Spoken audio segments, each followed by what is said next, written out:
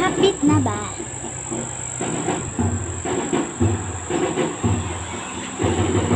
Lo, tunas Miguel. Wala na nakakita sa posisyon.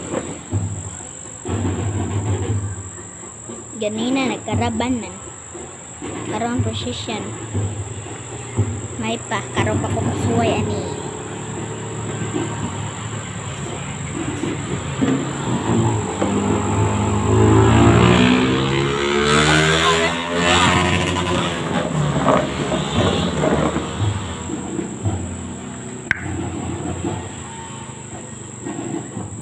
Hapit naman jud po. Hapit naman gud. Magproblema pa jud bisag hapit na mo gawas ba.